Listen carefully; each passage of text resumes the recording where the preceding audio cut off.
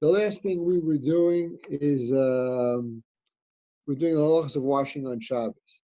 So we had learned as follows, that water that was heated up before Shabbos, you can wash your hands, your feet, and your face up to and not including half the surface area on your body. That's water heated up before Shabbos. Water heated up on Shabbos, you can't wash any part of your body. And there are shitos, without going into the details, even if it was heated up in a way that's mutter. Okay. Cold water you're allowed to wash yourself with, according to the Gemara, according to the Shulchan Aruch. But the minhag of Ashkenazim for hundreds of years is not to wash your entire body with cold water. It's quoted in the Mishnah Berurah and Shin Chav Vav Sif Katan Chaf Aleph, and the Aruch HaShulchan there Sif Tes. And there are three reasons. One reason is because there was a problem of carrying. People wash themselves in the rivers, there was no Eruv there. They'd walk out of the water, be dripping, and that would be a problem of Hotzah. Another problem is there's an Issa Drabonim swimming. Afraid you might end up swimming. And finally, the major reason, the one the Mishnah Berurah quotes explicitly, and the main reason is because you might end up squeezing your hair out. Okay. Now, that's when we started to discuss the halachas of schita. Schita, we pointed out, can be either it's a tolda, either of dosh. When you squeeze grapes and olives, it's a tolda of dosh. The amalacha, you take apart the ochel from the psolas, and the tolda is you take apart the liquid, the mashka from the ochel. Or it can be a tolda of malaben, like you have a garment that's wet and you wring out the water, that's a tolda of malaben, you're washing. Okay. Now the Gemara says in Shabbos and Kufcha Chesamid Beis, there is no schita in hair. So there's a machlokas Rishonim whether it means it's mutter or it's also midrabanan. And we pass it, it's also midrabanan. That's what Mishnah Berurah says in Siman Shin Beis. We pass it, it's also midrabanan. Why is it also? Under which category of schita is it also? The Avnei Nezer says it comes under malabe, and the Moshe Feinstein says it comes under dosh. And the truth is, the Shiur Shabbos already puts down in Perkei Daled, footnote Samach Vav, that this is a machlokas Rishonim. Look at the Rambam, he quotes it by Malabi, look at the Tosa, comes under the Dosh. Okay, now, can you wash your beard on Shabbos? You let her wash your beard on Shabbos. Let her wash your hair. So this is a machlokas. The Mishnah Berurah writes explicitly that it is mutter. Mishnah Berurah writes explicitly it's mutter and Shin Chav Vav Sif Katan Chaf Hey. He writes explicitly that it is mutter.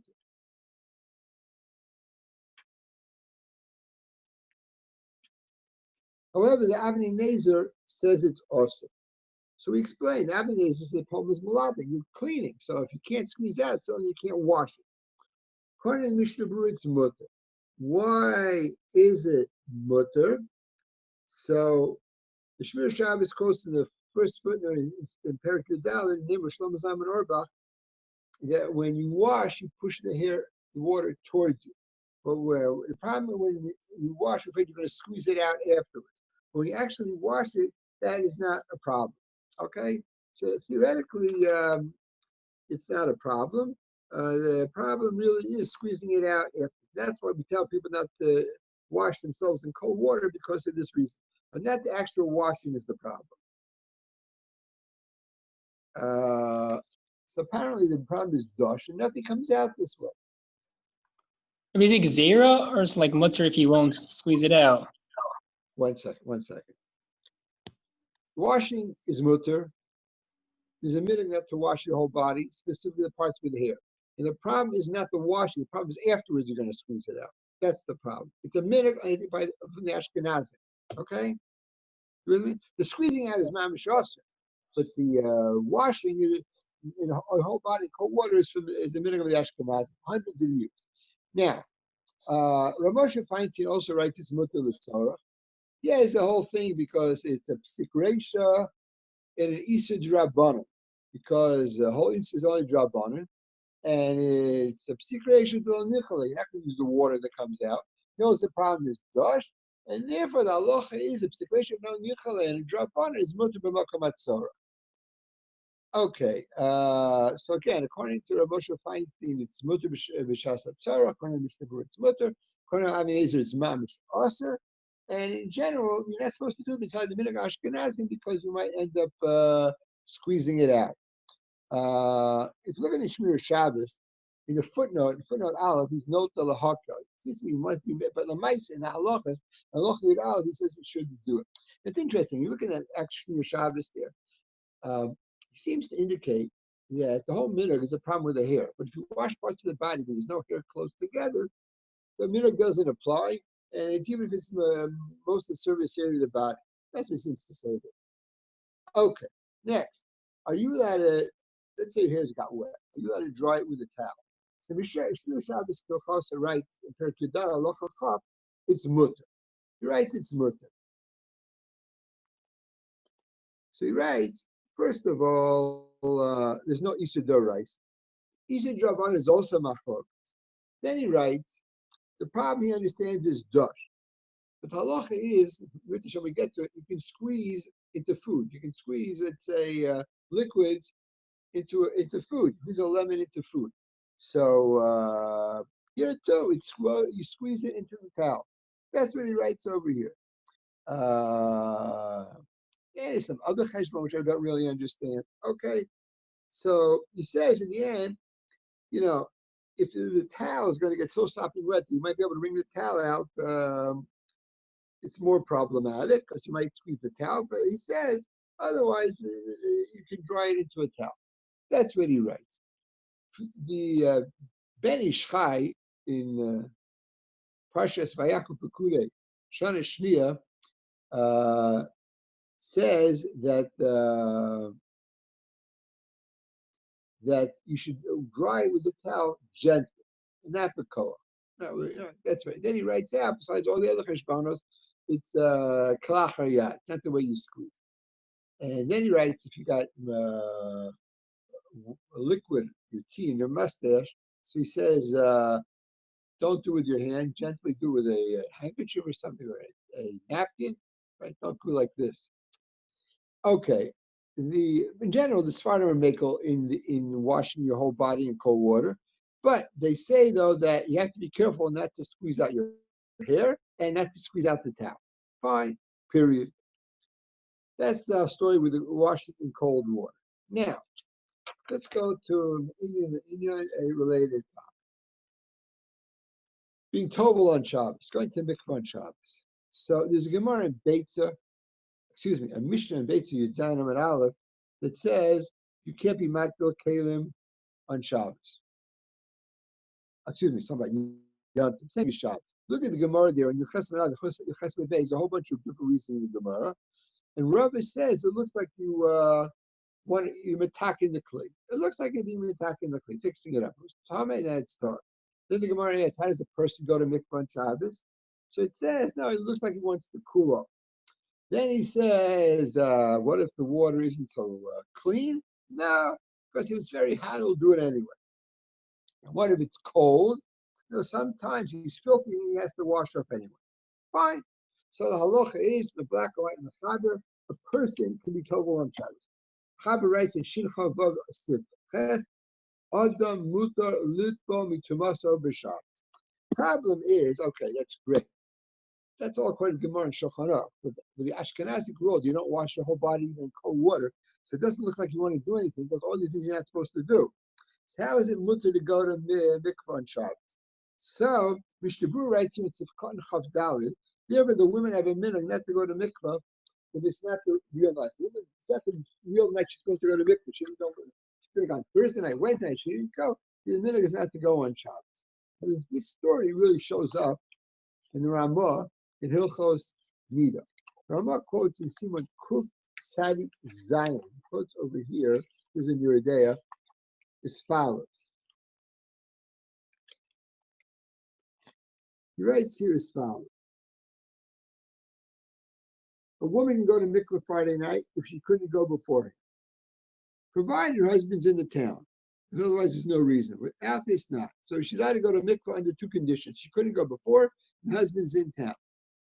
But if she could have gone earlier, right, and she did go, right, and the husband was out of town, and the husband came on Friday, which usually the night before, some say it's forbidden for her to go to mikvah. And that's the minhag in certain places. But he writes, in a place there's no such minhag, you don't have to be machmir. That's what he writes. Okay, you start looking at the nosek kalim over here on the side. So the Shach over there in Sikkot Gimel says, yeah, the Rama is right. If you don't have this minhag in your town, you don't have to worry about it. The Taz says, no, the minhag is correct. You could go to mikveh before dawn on Friday night. Rav Vazner writes in Shevet Alevi that if she had any reason why she didn't go the night before, then she can go Friday night. But if she could have gone. No good reason at all why she didn't. She pushed off to Friday night. She shouldn't go Friday night. And Rav Faivel Cohen and Badi HaShulchan is make even in that. Now, what's the conceptual machlokas here?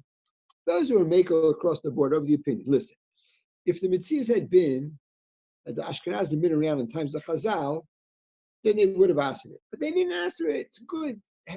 Based on today's situation, they would have asked it. But they never asked it. They never made it takana of people going to mikvah. So they never made it. Fine. So we just gain. Those who are machmer of the opinion that no, the takana was any tefillah that looks like a tikkun you can't do. Right? The only thing is b'makom mitzvah they weren't gozer. Right? So if she couldn't go before and the husband's in town, it's b'makom mitzvah they weren't gozer. But otherwise, the takana applies. So the question is, they weren't masakin at all, and we just gain, or no, they're masakin if it looks like matakin, and then you have to figure it out. Okay, so unless you have this minute, you don't have to worry about it. Now, what's the story with tefillas kelim and Shabbos? We buy kelim of metal, or glass from a guy. He's supposed to be tovel the kelim. This has nothing to do with tumah v'tara. As Rabbi Shafter once pointed out, there are three purposes you can have for tefillah. One is to make something tamei tar. One is to add kedusha. For example, gerus. A guy is tovel and becomes a Jew. Or you buy a kli from a guy and you tovel it. It's not like the kli is tamei. It's not the issue now. Everything's tamei now. It's to add kedusha. And then it's a third thing to make a woman tar for her husband. It's often related to tumah v'tara, but it's a separate halach. Now, what's the story with tefillas kelim on Shabbos? You look in Simon Shin Chav Gimel Sif Zayin, there are two shittas in the Machab. Yes and no. The one who is Mekel has the following cheshbon. I told you, the Mishnah says you can't be Tova Kelim on Shabbos and Yontif. Yontif, Shabbos, Mishnah Beitz. A lot of reasons in the Gemara. I dealt with all the reasons that it looks like Tikkun. But there are other opinions in the Gemara. Rav is of the, what I told you was Rav's opinion. But Rav Bibi's, his opinion was no, that we don't want people to have Tamei Kelim around, because we have Tamei Kelim around, it might touch Truma. So therefore, the whole takana was only for tefillah from Tumah Tatara, but it wasn't a takana what has nothing to do with Tumah V'Tara.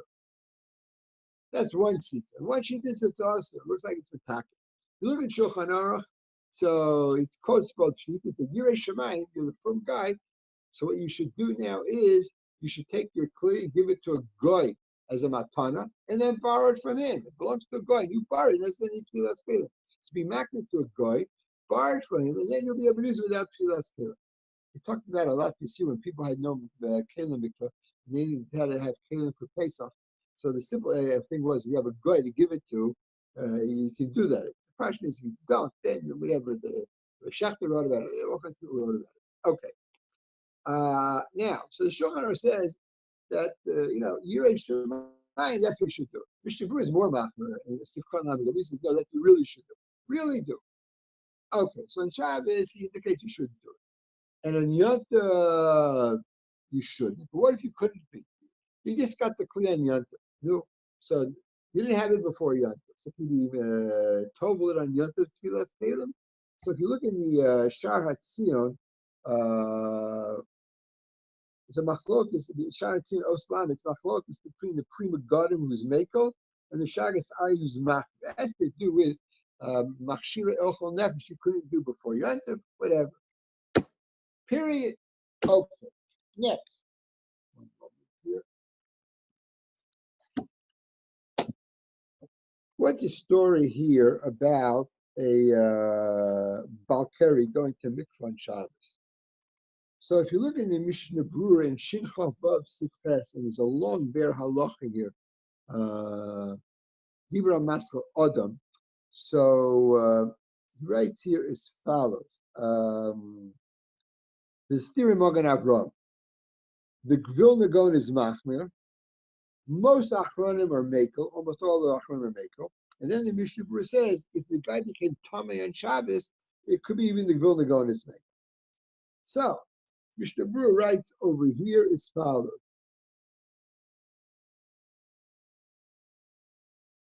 Let me just go on. First, when the Ber Halach, he quotes a Svara. Why do people go to mikveh after seeing Keri? It's a takana of Ezra, not to learn Torah, and not to daven for Baal Keri. So he says it's only din d'Rabbanan. He quotes the Gemara in Beitza, for Tumah d'Rabbanan, you can be Tovel. You can be Tovel. I assume because there's an age-old Aspen Doraisa, or Yisurin d'Rabbanan, Yisur Hefzer, Yisur Gav. You know, is it inherently also, or just Chazal might be knowing like the Rosa. Same thing, it could be Tumah d'Rabbanan. It's not inherently Tamei, just the Torah, Chazal say to be knowing like it's Tamei. So first of all, that's why it could be Tumah d'Rabbanan. It's not really a thing. Then he says, furthermore, Tol Takana is bottle. We don't keep Takana says nowadays. Some people want to be machmir. Tol Takana is bottle. Xer Shein Rova Tzibur Chol Lamod. But tomorrow in the third parak of Brachos, the last simon in Hilchos Kriyashma and or Chaim, whatever. So he writes over here as follows. Achronim write that it appears that a guy can be told for carrying on Shabbos because the Takana is bottle. And the Mikra again is mutter and Torah and Tefillah even before he goes to mikvah. And therefore, it doesn't look like you're attacking yourself. Right? And then he writes what I told you. Look, I wrote in the Ber Halacha that those who are machmir. And says the Mishnah Berurah, whoever is noed lahakol, you shouldn't protest because most achronim are mekel. And then he says, certainly if you became Tamei and Shabbos beyond it, it's certainly mutter. It appears that it's certainly mutter. And that's the accepted meaning that it's mutter. But make sure you're not oversleeping. Okay, don't squeeze your beard out, don't squeeze the talent.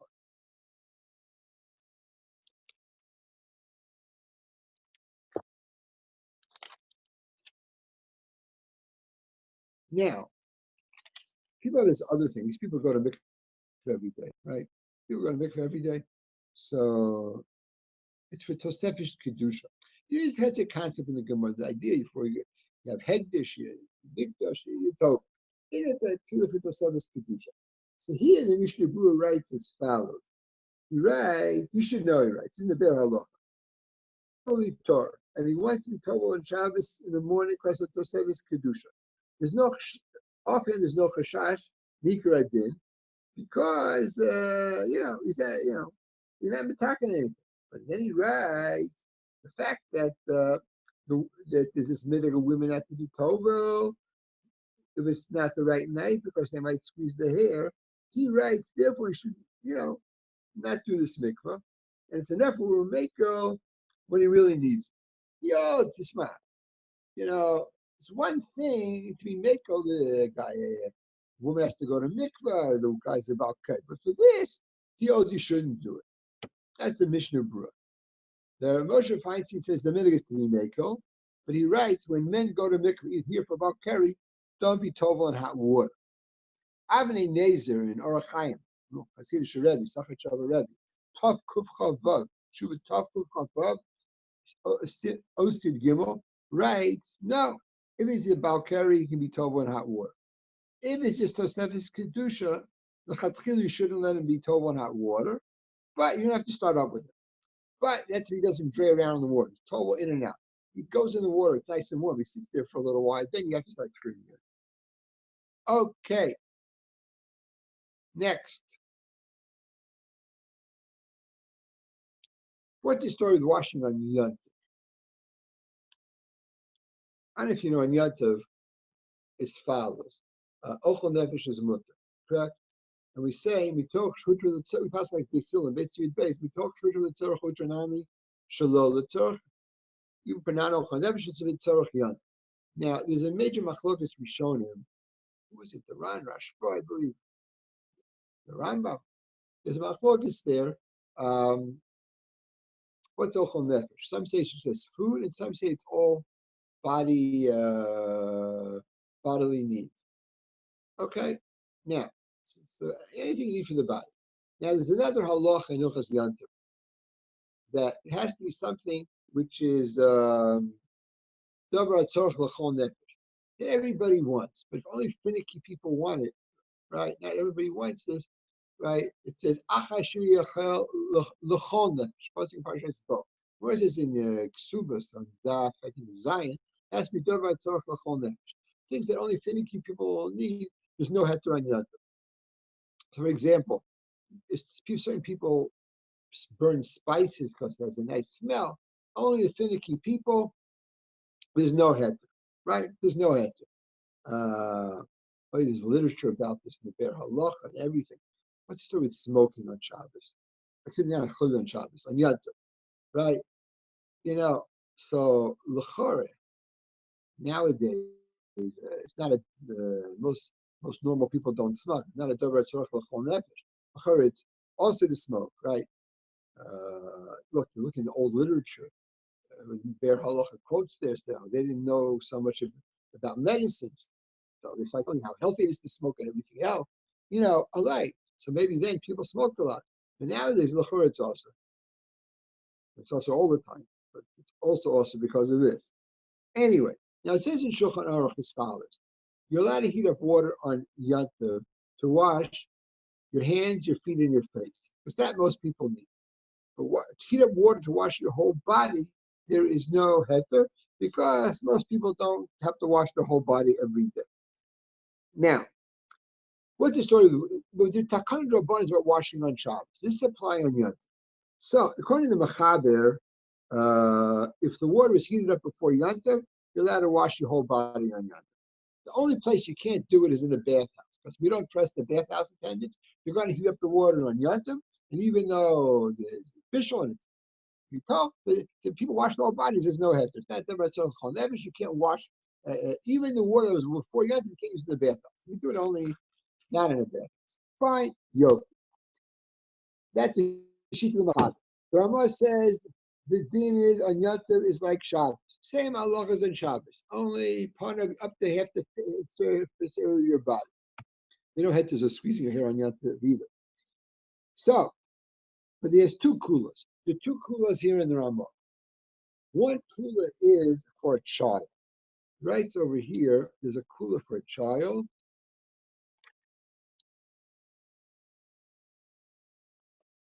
One moment. This is in Tov Kuf Yud Aleph, Seif Beis. She writes over here.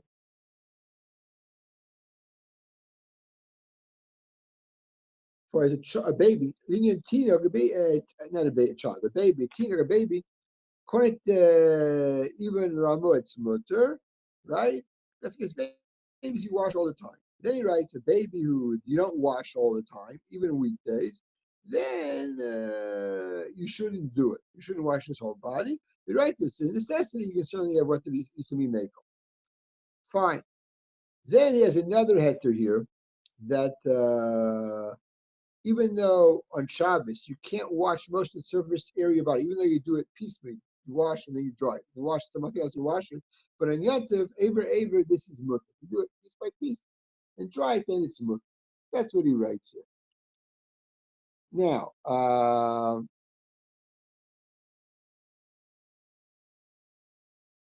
this thing that you're not allowed to wash for your whole body. You only wash for one of the other varaglov.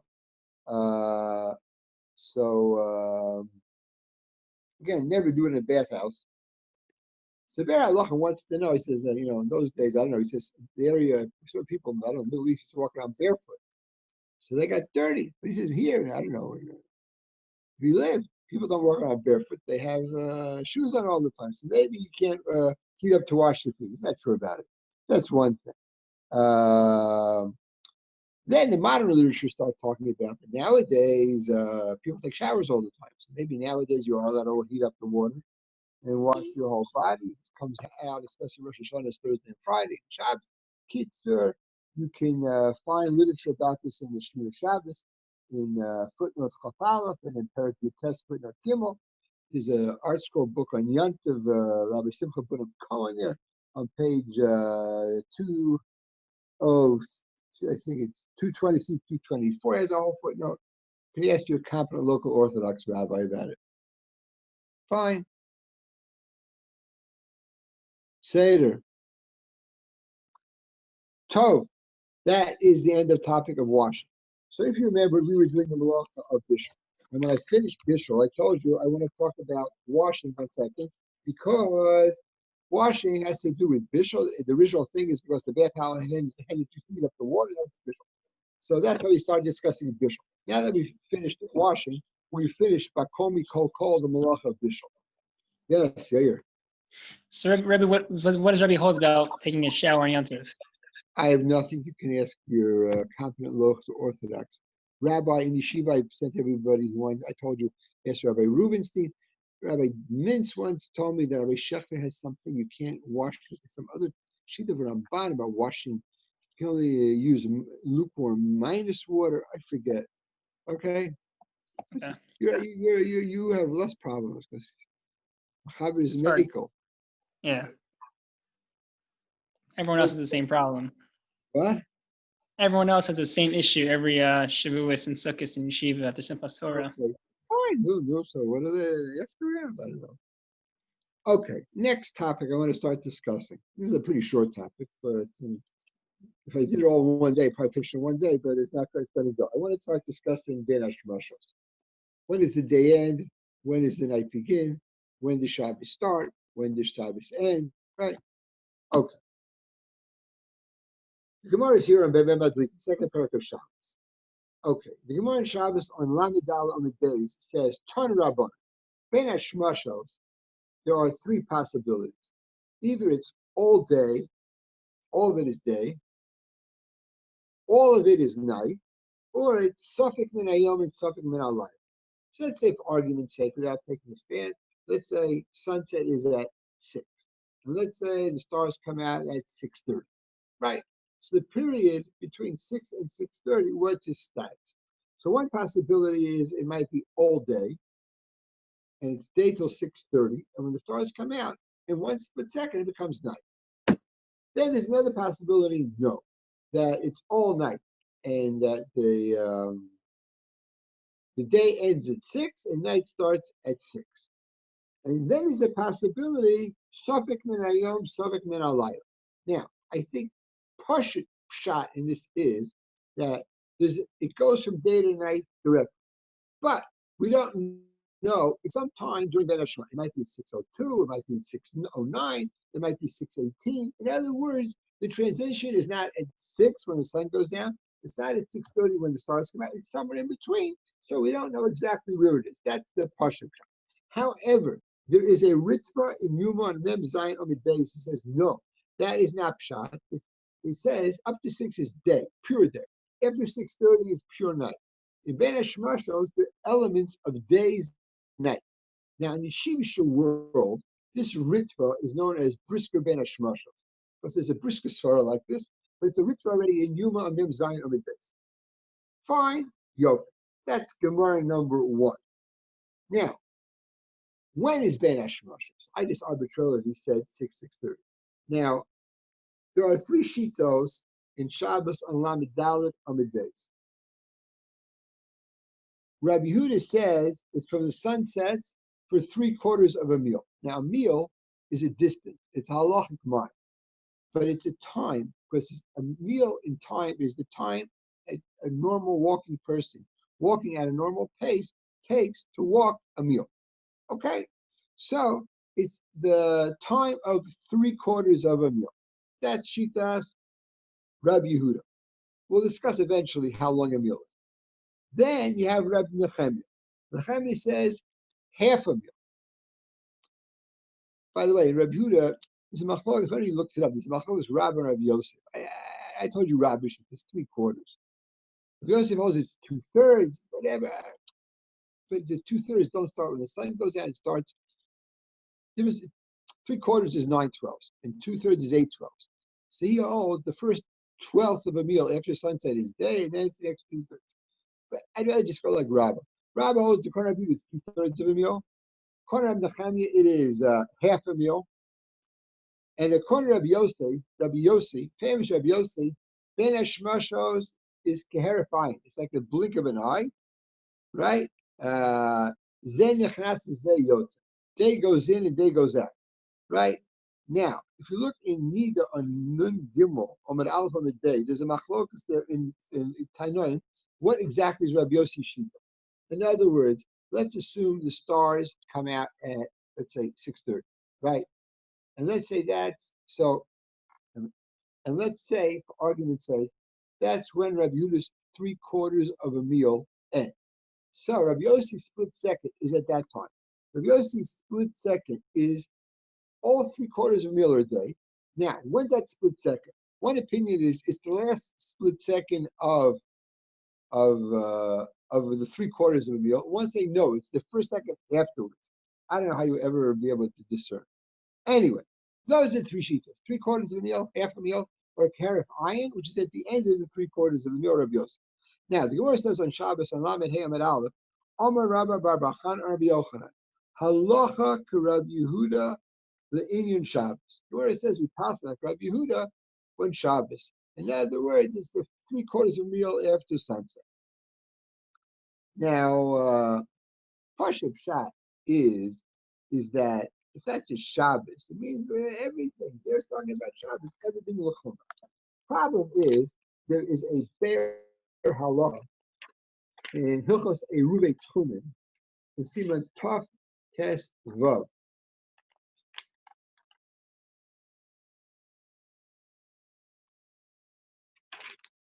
Where am I? Yes, Tov Tes Vav. Diber Masfil Necha. And he writes here that we really pass like Rabbi Yossi, the last split second. And only in Shabbos you pass like Rabbi Yehuda. That's what he writes.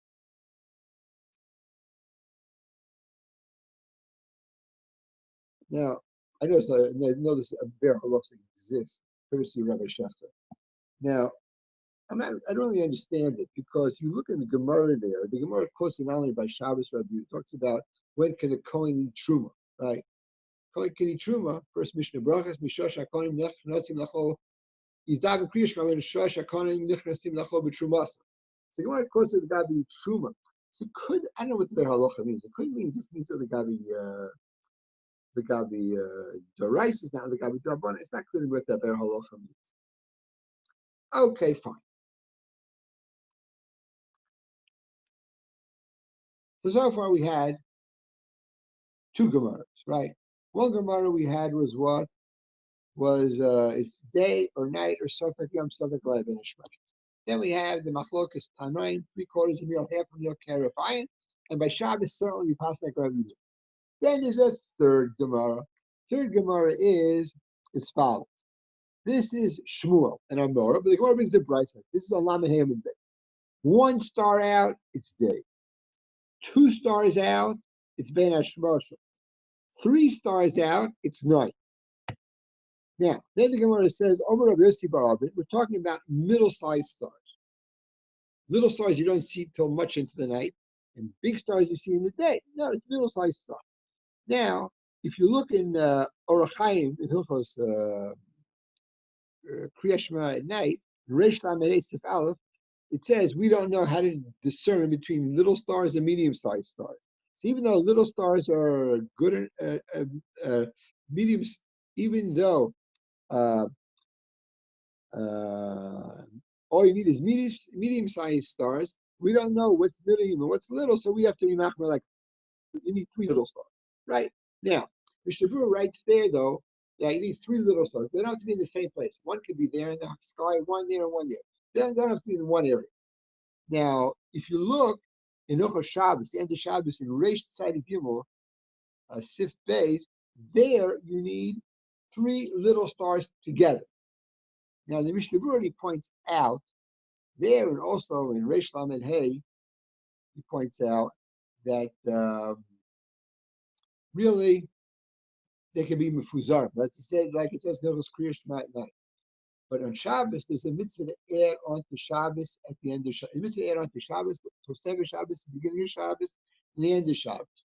So there are really 3 little ones scattered enough, but it says in Hilchos Shabbos you need 3 little ones together, which is dropped later because of Tosefah Shabbos. Right? And then the Mishnah Berurah writes that if you look in the sky and you see that the three little ones, but they're not together, so you don't have to look again. Just wait a few minutes, and then you got to take Tosefes Shabbos. Fine.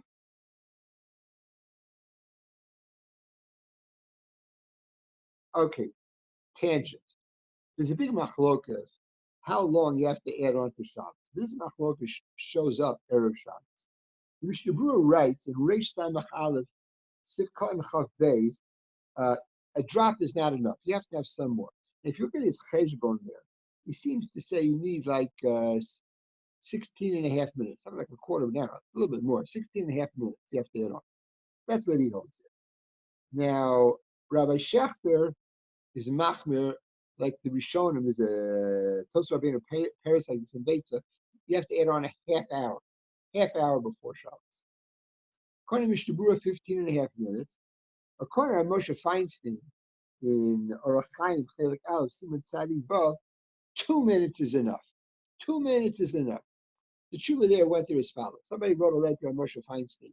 He said, listen, I saw you, they were driving you in a car to shul on Erev Shabbos. It was after the candlelight. Like, what's going on here? So Moshe writes back, Tishma, I don't like candles. My wife lit candles. I didn't accept Shabbos. I went there afterwards. Tosefes Shabbos is enough 2 minutes. Then he writes, it says, people are talking about me. I'm going to stop doing this. I don't want people to start talking to me about my going in the car after candlelight. Anyway, Moshe holds 2 minutes, Rabbi Shechter holds 30 minutes, and Mishnah Berurah holds 16 and a half minutes. Now, this is Erev Shabbos. For some reason, after Shabbos, I think they're more Mako. It's less time. I don't know. Promotions Mako less time. But I'm not aware people are so machmir after Shabbos. Don't know. Okay. So now we have our 3 Gemaras. Day, night, Safek, right? Meals, how much of a meal, and then start. Now, let's go discuss the following topic. How long is a meal? This is a major machlok. Mechaber writes in Tov Nun Tes Sif Beis, Kotu Tumas Hadeshin, 18 minutes. 18 minutes. Tov Nun Tes is Hilchos. Anybody know? Pesach. What's it doing Hilchos Pesach? It says there, you take flour, you pour in it water, you wait meal, you have chametz. It takes 18 minutes for it to become a chametz. So it doesn't say, it says it takes a meal to become a chametz. And the Mechaber writes that's 18 minutes. Yofi. The Rambam holds 24 minutes. And there's a long Be'er Hagra there who holds it's 22 and a half minutes. So it's 18, 24, or 22 and a half. That's a full meal. Now, just to put in the arithmetic. So if you hold an 18-minute, right, meal, so 3/4 of a meal, Rabbi is 3/4 of a meal, 3/4 of 18 are 13 and a half. And if you hold the Rambam's meal 24 minutes, so 3/4 of 24 is 18. And if you hold the Vilna Gaon's 22 and a half, 3/4 of that is 16 and 7/8. If you don't believe me, you can check. Now comes the big problem. Problem starts here. The Gemara says in Psachim on Tzadi Dalit Amid Aleph. Up to now, these Gemaras are all on Shabbos. This is a Gemara in Psachim and Tzadi Dalit. Rabbi Yehuda Omer, the same person in Shabbos, who said that Ben Hashmashos is 3/4 of a meal. Rabbi Yehuda here says from sunset until the star comes out are 4 whole meal. 4 whole meal. So the Gemara in Psachim is dead set everything. It says it's 4 whole meal, Rabbi Yehuda. That's the problem over here. So the Shittas of Rishonim how to deal with this. So we'll leave this for next time. Seder, have a good Shabbos, everybody. Thank you, Rabbi. Thank you so much, Rabbi. Good Shabbos.